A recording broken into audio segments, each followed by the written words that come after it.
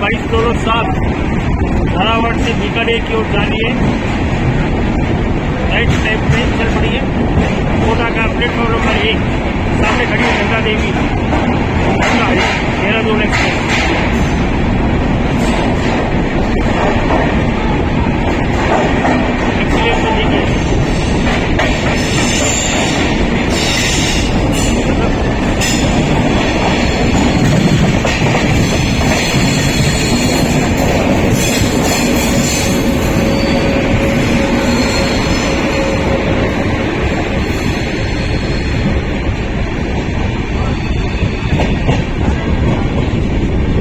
ये कोटा जंक्शन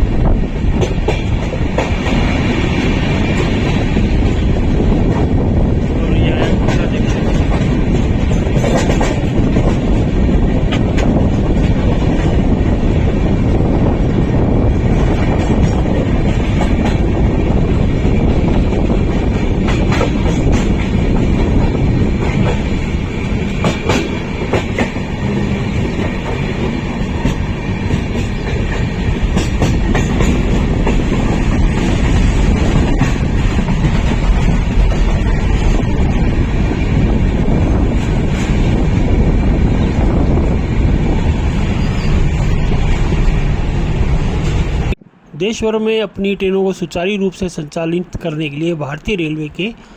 में locomotive failure एक बहुत ही चुनौतीपूर्ण और बाधा डालने वाला कार्य एक है। ऑन एंड एवरेज अगर देखा जाए तो प्रतिदिन 5 लोग को या अधिक यात्रा के बीच में फेल हो जाते हैं, जिससे मार्ग में बड़ी कंजेशन हो जाता है, भीड़ भाड़ और परेशानियां भी हो जाती है, यात्री को भी परेशानी हो जाती है और एक ट्रेन के रास्ते में खड़े होने से यातायात का अवरोध भी हो जाता है। इसलिए जब कोई लोको फेलियर होता है तो लोको पायलट और गार्ड दोनों निकटतम बड़े मंडल रेल मुख्यालय या डीआरएम ऑफिस या बड़े स्टेशन को एक स्ट्रेस कॉल भेजते हैं और सबसे पहले कंट्रोल ऑफिस में इसको प्रोसेस किया जाता है और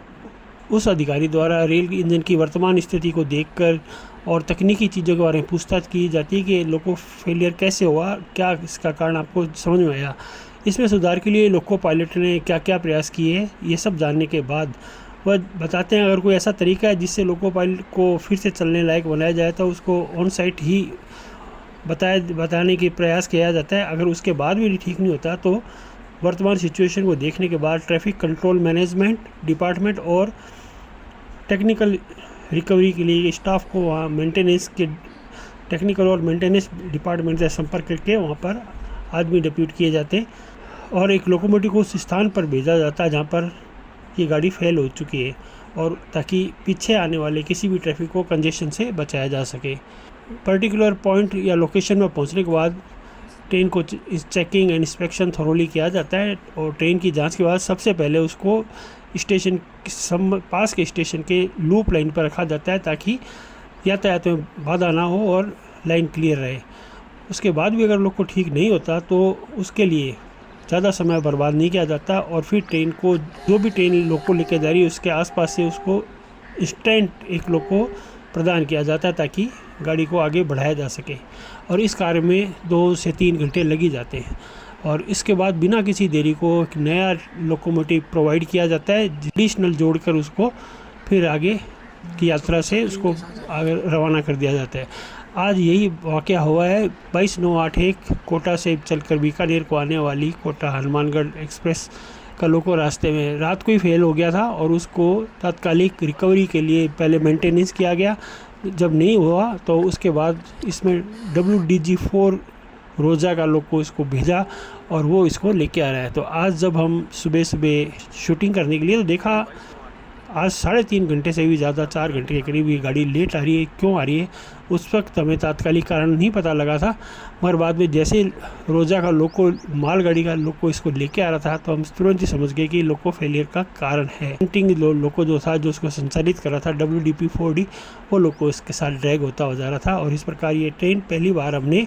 ऊंचे टीलों के अंदर शानदार